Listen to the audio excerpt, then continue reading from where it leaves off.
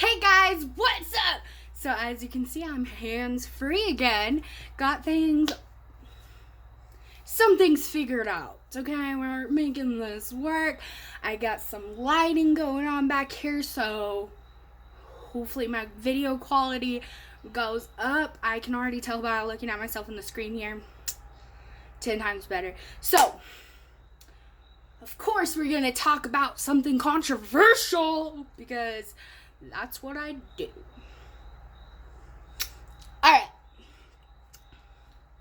PTSD. What is PTSD?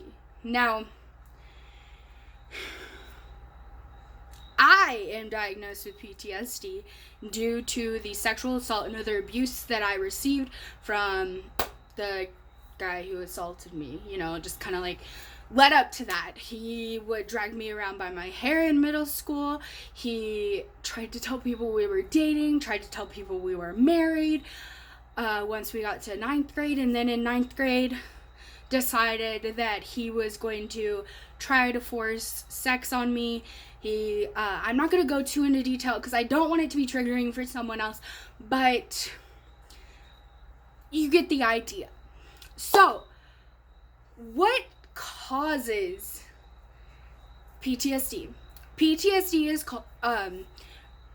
broke down into, oh my gosh, why did I just forget that? Post-traumatic stress disorder. My bad, sorry you guys.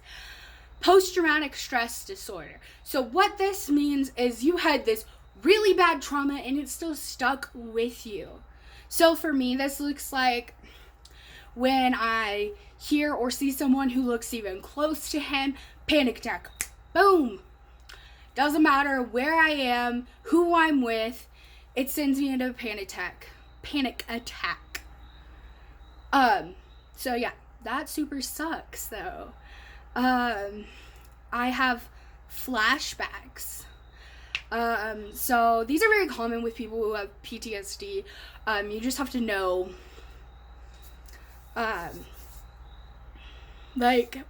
you'll learn eventually what kind of things trigger that. And sometimes they just happen and you have no idea why.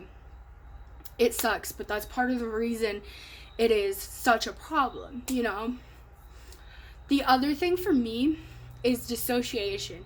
No, I don't have another personality, but I space out. And I'm not very responsive to the other people around me. When we moved from El Paso to Tennessee, I got on a bus again because for the longest time I would walk. I would do anything to avoid the bus. And my first school I went to freshman year was it was 5 miles away. And I would get up early enough to walk there to avoid the bus. I would miss the bus, so my mom had to drive me. All sorts of crazy things that if I would have just opened up to my mom, probably wouldn't have happened. But anyways, dissociation. When I got on the bus there in Tennessee, there was somebody who had an accent very similar to the guy who assaulted me. And I just went out. That's kind of how I call it. Daydream, space out, whatever.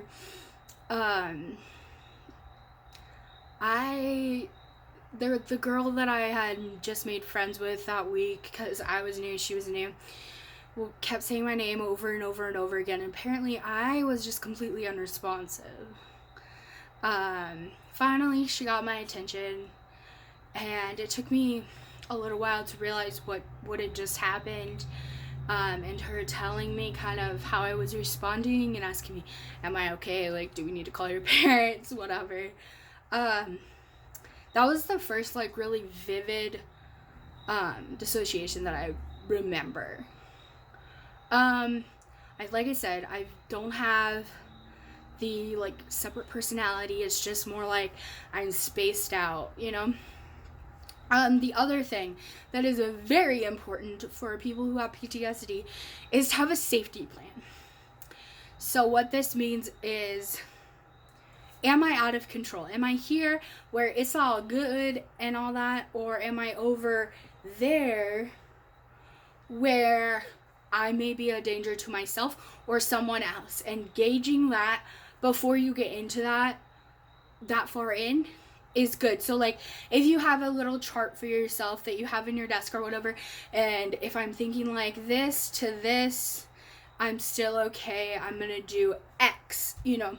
And if I'm thinking this to this, then I need to call a friend. If I'm thinking this to that, we need to call 911 and get myself to a hospital to be safe.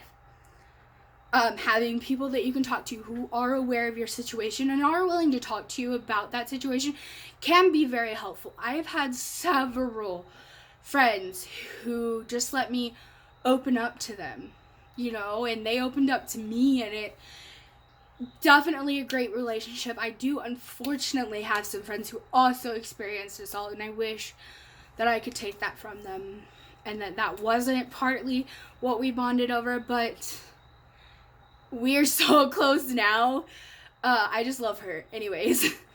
So yeah, you guys, make sure you have a plan. You have people who are there for you, because that is the hardest part, is when people don't reach out.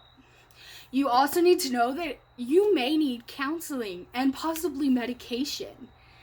Medication can be really good for when you're first going over the event that caused your PTSD.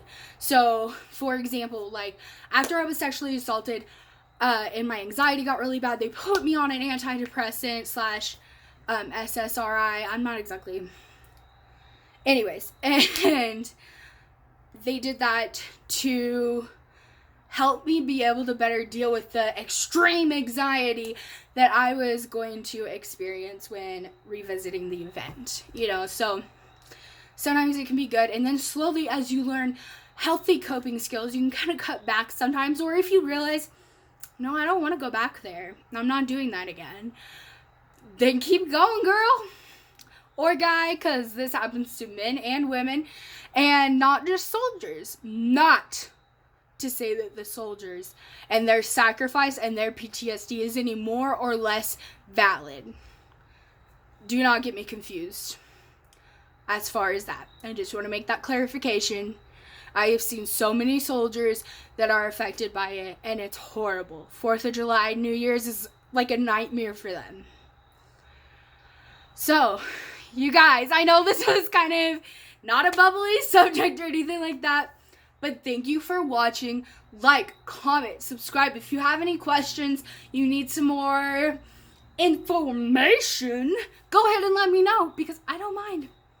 I don't have much of a life. Anyways, you guys, I will see you next time. Bye!